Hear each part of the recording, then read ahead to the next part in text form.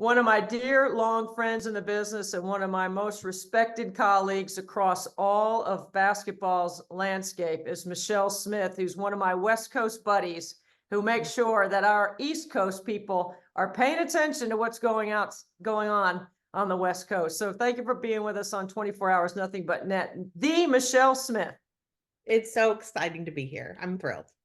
Well, you've always been such a big supporter of what we're doing, and I'm so grateful. 24 Hours Nothing But Net and our free throw shooting marathon is to create awareness and to raise money for Special Olympics. And I know that that is something that you care about and that you think about and that you're involved in. So share with us a little bit about your family history and a little bit about your story.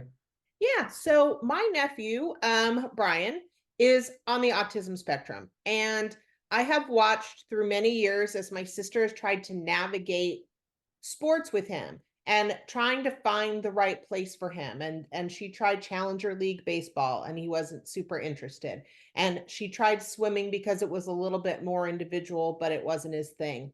Now he's really into weightlifting and he's into, and he spends a lot of time at the gym but it's just watching her and another close friend of mine I have whose son has actually a rare neurological disease and them trying to navigate the sports landscape. It's just really it's Special Olympics is close to my heart because it gives those kids opportunities to participate and to compete and to give them a different view. And you work hard to find the right spot for those kids. You find something that they're passionate about, something they're interested in, the right dynamic.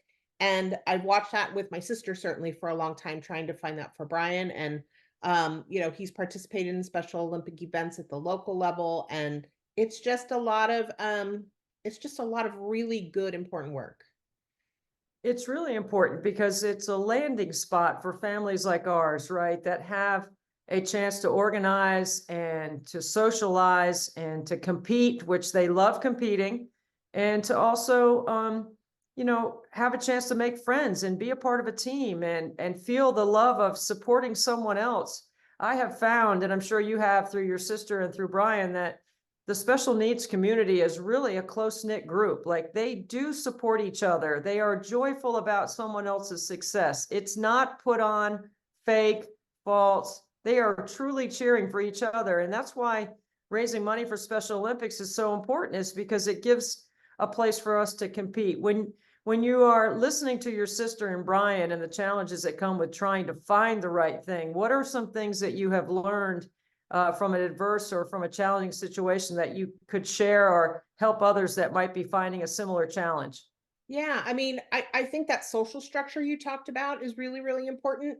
Even when he didn't seem that interested in participating, so baseball, it's a little slow moving for Brian, right? So it was, when he was younger, but there was a social structure, not only for him and teammates that he saw regularly and exposure to, sort of a group, I guess, of kids that, he could just, he could be with, but social structure for my sister as well, within that special needs community, and having kids and having parents who had the similar experiences. Like, I think, there's so much to that social structure and having somebody cheer for you and having somebody get what it is that you're going through. And, he just got accepted to San Jose State this week. And so he's getting gig. He's coming to place I work.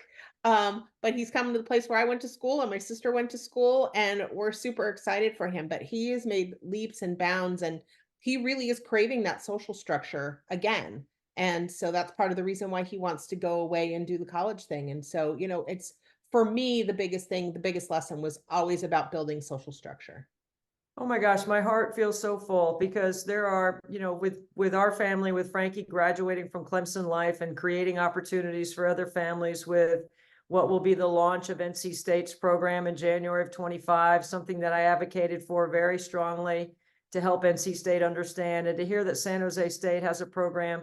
I think people don't realize that these programs are popping up, and there are a lot of residential programs, which really made a big difference for Frankie. You can do the life skills and you can do those from home, but the independent living part of it, the navigating a schedule on campus, learning to be on time, all the things that Brian is going to excel at when he has the right supports around him. It's got to make you feel so proud. I can't imagine. I just can see your sister's face right now. I can see the smile. She's so excited, a little nervous, and so excited. Yeah. Well, at least she's got you there, so you can keep a watchful eye from a distance, even if it's That's right. necessary, right? He knows he called me, Auntie, I'm coming to San Jose State. I said, okay. So That's so great. they'll Well, know where to Michelle, find me. Love on the Spectrum is a Netflix show that Yes. has garnered great reviews. And a lot of people tell me they've seen Frankie on it, but really Mhm, Frankie's roommate Tanner is a star. Have you mhm. watched the show? What are you, I mean, like, it's an amazing put together collection of what autism really looks like and what these young adults living with autism are trying to accomplish like everyone else. I saw Frankie at Tanner's apartment, and I said, "I know that kid." Um, and Tanner's such a joy. The whole thing is just it's so joyful. And it's it really is, your heart tugs at these young adults who want to find somebody and want to find companionship in their lives.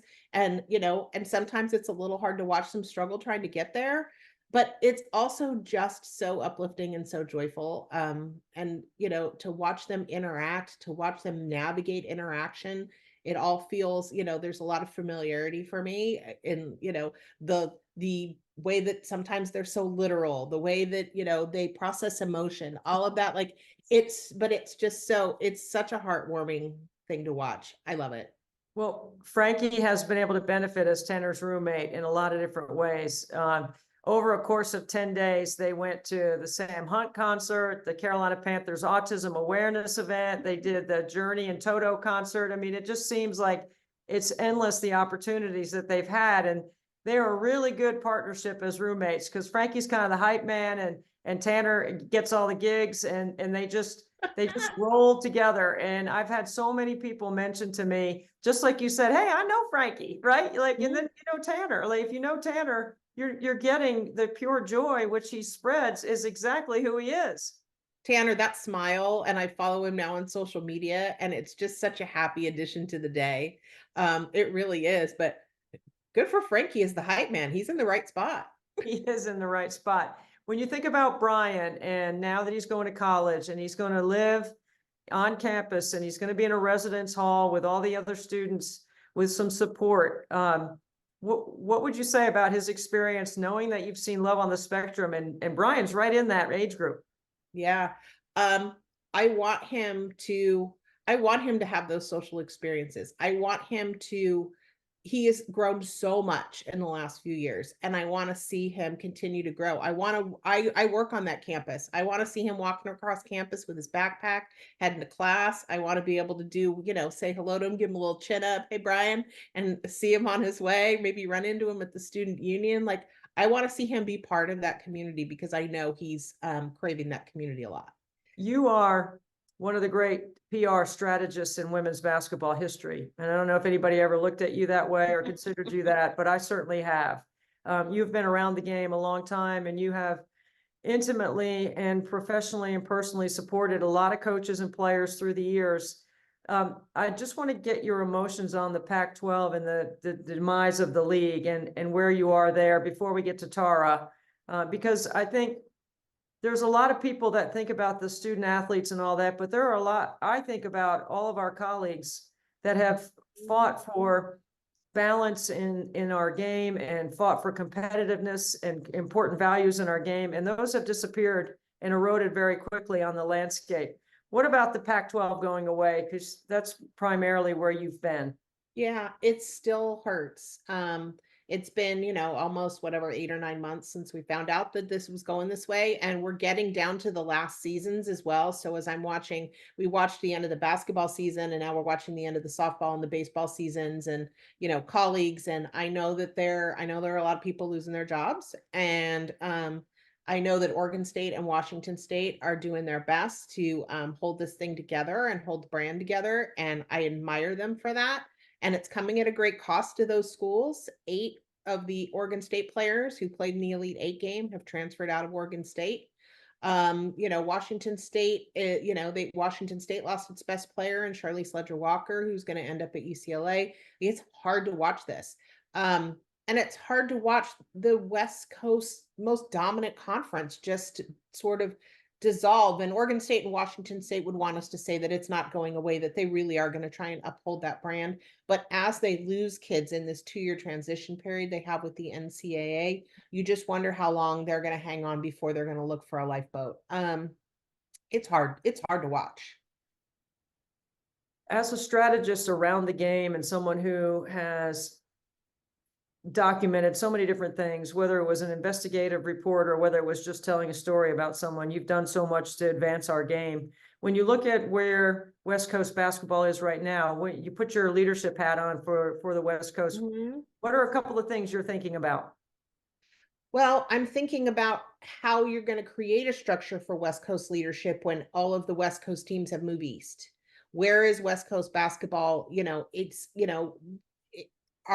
that leadership going to be at the mid-major level? And is that good enough for the game? I mean, it's not that UCLA and USC and, Kate Pay now at Stanford and some of these programs that they're not going to lead, but they're going to lead from a geographical place that's not the West Coast. And I just don't know how that looks. I don't know how that's going to work. I don't know how that messages to the country about West Coast basketball when the primary power teams are moving into East Coast conferences or Midwest conferences. There may be some opportunities in the Big 12 for Colorado and Utah to come in and really establish a leadership role, in that Big 12 conference. But it's hard. And with Tara retiring, and I know we were going to transition into that too, that flag carrying advocate for West Coast basketball, she's retiring. And I don't think she's going to be uninvolved in the game, but it's not the same as seeing her on the sideline. It's not the same as her advocating from the sideline or nationally. So, I worry. There's been no two bigger advocates for basketball on the West Coast than you and Tara. I mean, I think you could ask anybody and your names would come to the top. So with Tara, I've talked to her since she's announced her retirement. I know you've talked to her a lot, and I know you've got a project coming up with her. Share a little bit about the inside of Tara. People see her, they think they know her. I always come at Tara from an educational standpoint. She's been such a great teacher and advocate for our game for so long. What do you think her retirement means to the game? Yeah, Tara's always been in this Mount Rushmore women's basketball coaches, probably the most professorial figure among them, right? Again, that educator, the teacher. She's never been bombastic. She's never, she just doesn't occupy that space or hasn't occupied that space in the same way some of our other high profile coaches have. But she has been, the to sustain that program for that period of time with that level has been an exercise in adaptation, has been an exercise in the willingness to learn. I mean, as much as she is a teacher, she is a learner, always has been. Her curiosity about basketball to me is a little bit limitless. I mean, she's gone to people when she wants to know what they do and how she can apply it to her team. She was one of the first people to embrace the 3-point line. That's part of the reason why they won those early championships. She has changed her offenses to suit her teams. It has never been for Tara about, this is what I run and you will fit this. She looks at the roster she has and she fits what they do to the roster that she has. And I think that leads to sustained success. But the mentorship and the figure that she's been to so many coaches, not only in her coaching tree, but on the times, every 1,000th win or every 100th win or so, when we turn that clock, I would go to the Pac-12 coaches. And to a coach, they would tell you that the first text they got when something went great or bad was from Tara.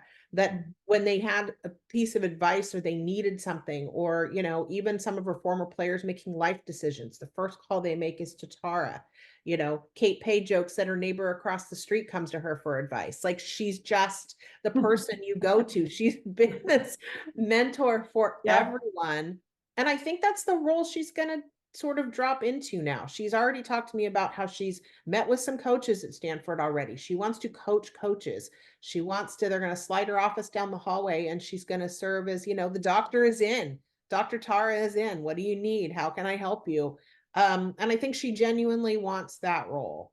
I think she's going to miss it. I think she loved it. I think she was ready to be done for a multitude of reasons, but I know she loves it. She joked that she thought she was going to keel over on the bench. There will be no keeling over for Tara. She has too many other things to do, but like there isn't anybody I know that wouldn't wish her well and also know that we're going to miss her terribly. I want to shift gears back to Special Olympics, Michelle, Yeah. because there are, first of all, I want to ask your PR advice. Yes. We're coming up on 1 million. We're getting close. In 5 years, we've raised over 860,000. So it's a real number now that doesn't seem like it would have been real when I started 5 years ago, because this is our sixth Mhm. year.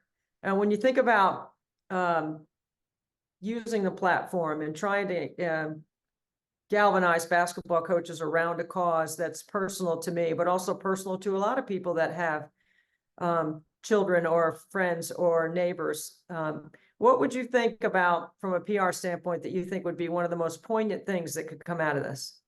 You got to tell stories. And I know you guys already do that, but you've got to tell stories that families who have a special needs child understand and relate to, and families that don't also understand and relate to the challenges, those moments, those, even those difficult moments, whether it's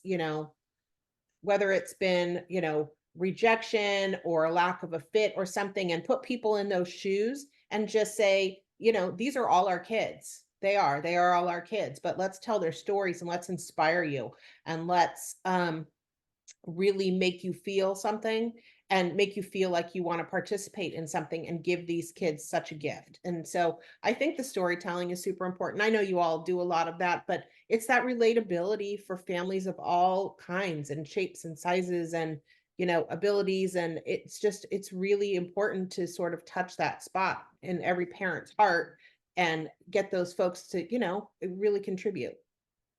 And what about those that might be watching or listening and don't know how to get involved and haven't figured out a way to use their own time and resource?